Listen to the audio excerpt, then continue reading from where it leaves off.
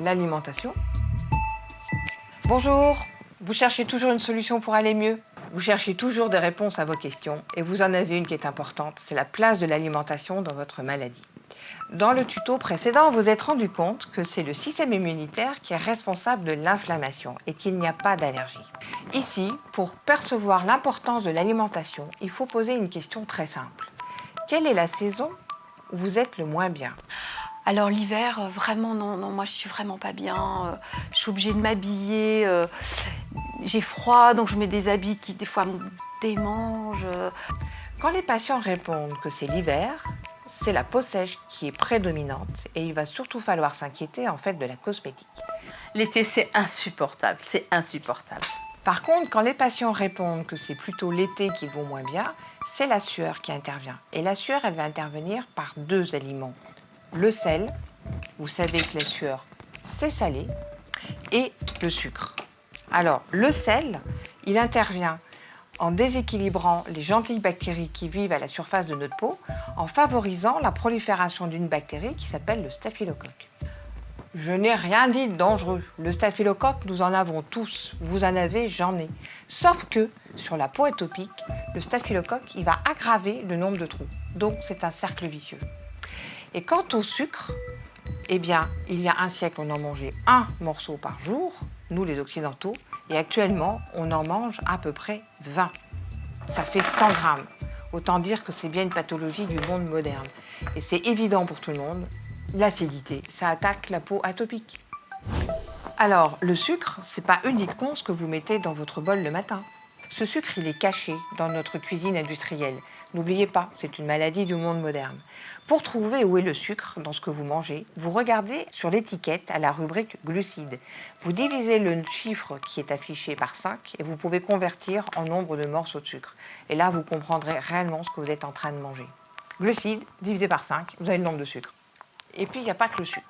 Malheureusement, il y a d'autres aliments qui acidifient notre alimentation. Il y a aussi les tomates, le miel et les jus de fruits. Tous les jus de fruits. Alors faites vos jus de fruits vous-même. Et puis en fait, il n'y a pas que l'alimentation qui puisse changer l'acidité de votre sueur. Il y a également votre capacité à digérer.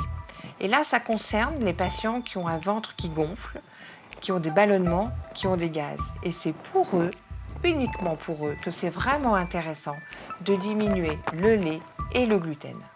Bon, on se fait un petit coup de récap. Si vous n'allez pas bien l'été, c'est à cause de la sueur. La sueur, c'est 3 mécanismes. 1, c'est le sel, vous diminuez. 2, c'est le sucre, vous diminuez. Et 3, c'est l'acidité à partir des ballonnements. Donc, le ventre qui gonfle, ça veut dire vous diminuez le lait et le gluten. Et alors, pour vous prouver l'intérêt de ce que je vous raconte, rien de mieux que de demander à un patient de raconter son histoire, son expérience. Et j'ai le grand plaisir de demander à Jean-Pierre Jacob, chef étoilé 2 étoiles de Chambéry, de nous raconter son histoire. Bonjour Monsieur Jacob. Bonjour docteur. Merci d'avoir accepté de témoigner. Je vous en prie. Alors, qu'est-ce que vous pouvez nous raconter de votre eczéma? Eh bien écoutez, c'est déjà un très grand plaisir de vous retrouver à nouveau. Et grâce à mon eczéma, j'ai eu la chance de vous connaître. Je fais un métier de cuisinier, qui est un métier extraordinaire, mais j'ai vraiment été embêté. J'avais des poussées d'eczéma horribles au niveau des doigts, au niveau des avant-bras. Ça me posait de graves soucis, de graves problèmes. Il fallait travailler avec des gants. Et c'est vrai qu'on s'est vu relativement souvent. On a essayé de chercher la cause. On n'a pas toujours trouvé tout de suite. On a essayé plusieurs crèmes. Et puis un jour, en discutant tous les deux, on s'était dit, est-ce que... Moi, j'avais l'impression que ça pouvait venir éventuellement d'une alimentation. Et puis, vous m'aviez dit, écoutez, moi, je suis un petit peu de votre avis. Essayez quand même. Donc, après plusieurs semaines, j'ai essayé d'éliminer un petit peu tout ce qui était sucrerie, tout ce qui était gras. Moi, j'adore un petit peu les gâteaux, tout ça. Effectivement, sans avoir mis de crème, j'avais mes poussées d'eczéma qui commençaient à s'estomper. Ça repartait parfois, dès que je faisais un excès, ça repartait tout de suite.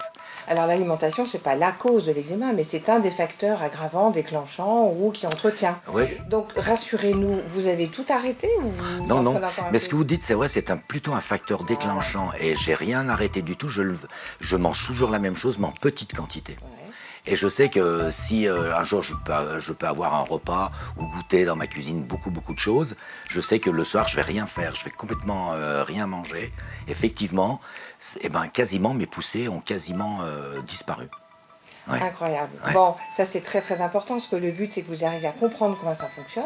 Vous pouvez donc anticiper les crises et surtout avoir le choix de ce que vous voulez faire.